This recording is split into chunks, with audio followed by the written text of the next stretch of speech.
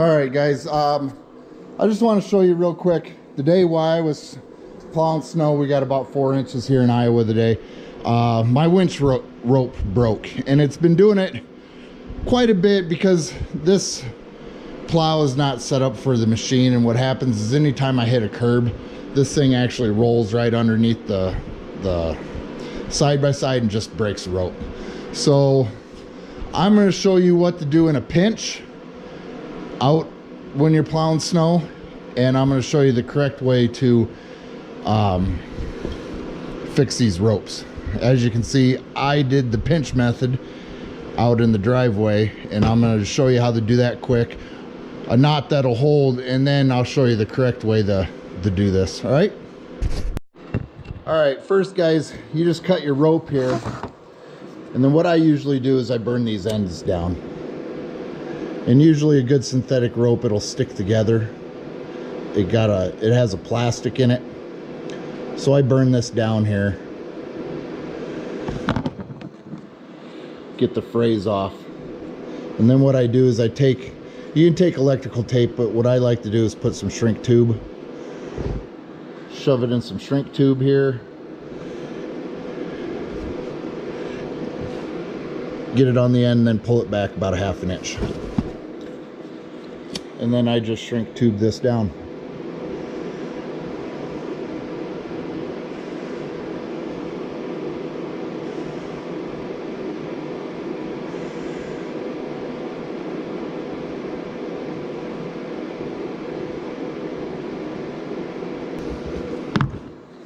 All right, guys, in a pinch, when you break your rope out in the driveway, or you're out in the woods and you got to winch yourself out and you just broke your rope, the easiest way to do it is just make a loop here, just like this, and then take this and put it inside, okay? And when you shove this in, what happens is when this rope, I don't want to cinch it down, but as this rope pulls, it's actually pulling this knot tighter and tighter and tighter. So theoretically, it's not putting any weight down here. It's putting all the weight down onto your knot that's actually pinching down tighter and tighter onto your loop. That's one of the knots that I would use just in a pinch. Again, make a loop, shove this rope in here, and see as this pulls, it pulls tighter down on that loop. So all you do is stick your other rope in there with your clevis here. All right, now the correct way to do it, what you're going to want to do is get some kind of tool to separate this rope.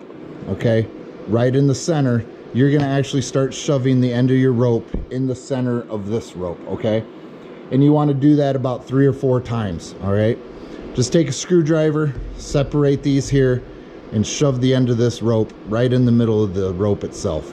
That's the correct way to do it, and I'll do it here and you guys can watch.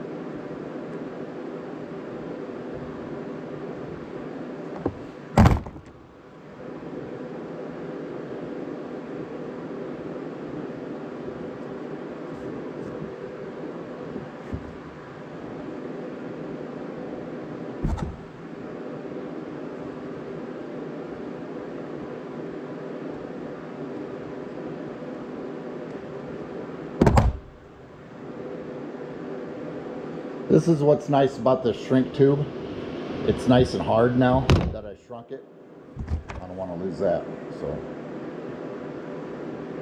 So I can sit here and sew this together pretty easily. And all you want to do is just keep on going. Use, you know, get probably about a foot of it, about a foot of rope, and just start sewing it on in there. In about every 1/4 inch, you're going to want to make a new hole in the rope. Just stick, I'm just using a pair of pliers here.